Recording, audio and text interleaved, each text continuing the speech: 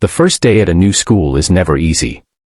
For Emily Carter, it felt like stepping into enemy territory. She had just moved with her mother to a small town after her father's deployment overseas. Her dad wasn't just any soldier, he was part of Delta Force, one of the most elite units in the world. But Emily never boasted about it. To her, he wasn't a legend or a hero, he was simply Dad, the man who taught her how to ride her bike, how to stay calm under pressure, and how to never back down from what was right. That morning, Emily rode her worn-out bike to school, her backpack bouncing lightly against her shoulders. She was nervous, yes, but hopeful. She imagined finding a friend or two who might see past the fact that she was the new girl. But just as she reached the school gate, a group of older kids stepped into her path. They smirked, blocking her way. One boy kicked at her front tire with his shoe, forcing her to stop. Well, sneered Tyler, the self-proclaimed leader of the pack. Looks like we've got fresh meat. His friends laughed cruelly. Emily froze for a moment.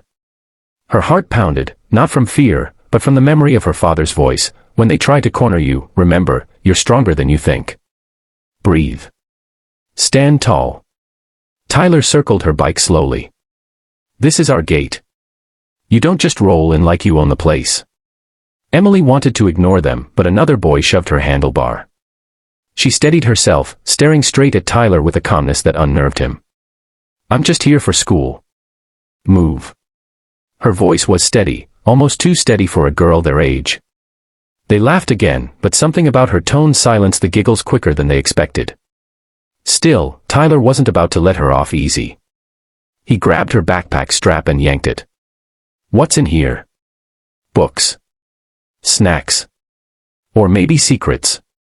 Emily's hands clenched the grips of her bike. She could feel the old anger rising, the anger she tried so hard to keep hidden. Not because she was afraid of bullies, but because she knew how much damage anger could cause. Her father always reminded her, control is the strongest weapon you'll ever carry. She looked Tyler in the eyes and said quietly, you should put that down. Now. The boy faltered, confused by the sharpness of her gaze. He tossed the bag back at her, muttering, whatever. But the incident didn't end there. Over the next week, the bullies found every excuse to target her, mocking her old bike, whispering about her clothes, shoving her books off her desk. Emily endured it silently, never running to a teacher, never lashing out. At home, though, she felt the weight. Her mom noticed her distant eyes at dinner, the way she picked at her food. Rough day, her mother asked gently. Emily hesitated before whispering, they hate me, Mom. They won't let me breathe. Her mother reached across the table, squeezing her hand. Remember what your father taught you, sweetheart. You don't have to fight to prove yourself. But you do have to stand for yourself. That night, Emily sat on her bed, staring at a faded photograph of her father in uniform. She remembered him crouching beside her when she fell off her bike years ago. She had cried, scraped knees bleeding, but he'd lifted her chin and said, falling doesn't make you weak. Staying down does. The next morning, Emily decided she wasn't going to stay down. When she reached the gate, sure enough, the bullies were waiting. Tyler smirked. Round 2, new girl. Let's see what you've got. This time, Emily dismounted her bike calmly and leaned it against the fence. She stood tall, her shoulders squared, her eyes locked on Tyler. I don't want trouble, she said firmly, but you're not going to push me around anymore. Something in her tone made his friends shift uncomfortably. Tyler forced a laugh, stepping closer. And what if I do? Emily didn't flinch. Then you'll regret it. Not because I'll fight you, but because you'll know you picked the wrong person to mess with.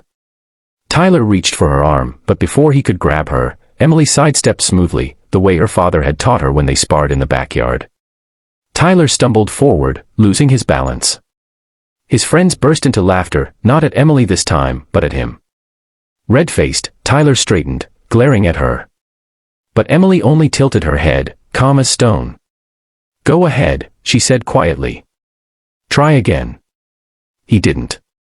Something in her steady eyes that mirrored a soldier's discipline, made him hesitate. For the first time, Tyler realized this wasn't just another nervous new kid. This girl was different. From that day on, the bullies backed off. Some of Tyler's friends even started sitting near Emily in class, curious about the girl who stood her ground without throwing a punch. Emily never bragged about who her father was. She didn't need to. What mattered was the strength he had instilled in her, the strength to endure, the courage to rise, and the wisdom to walk away without losing her dignity. Weeks later, Emily found herself laughing with a new circle of friends by the bike racks. The same gate that once felt like a battlefield now felt like a doorway to a new life. And though her father was far away, she knew he would be proud. Because Emily had proven something vital, not just to the bullies, but to herself. True strength isn't about fists or threats. It's about courage, restraint, and knowing who you are, even when the world tries to break you. That's the lesson Emily carried with her, a lesson written deep in her heart, the unshakable resilience of a Delta Force daughter.